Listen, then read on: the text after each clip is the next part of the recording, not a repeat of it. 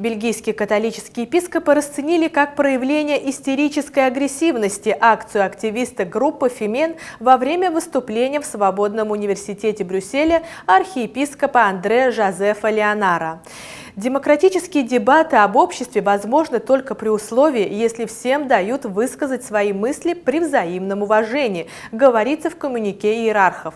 По их мнению, поведение феминисток в университете полностью не соответствует принципу доверия и смыслу гражданственности и находится в абсолютном противоречии с темой дебатов и манерой, в которой католическая церковь хотела бы вести диалог.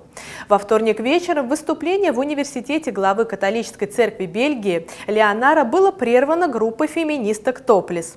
Они в своей обычной манере обвинили архиепископа в дискриминационных высказываниях о гомосексуальности. Активистки кричали «Стоп гомофобия» и «Леонар, ты осточертел». Выступление иерарха было посвящено теме богохульства и свободы слова.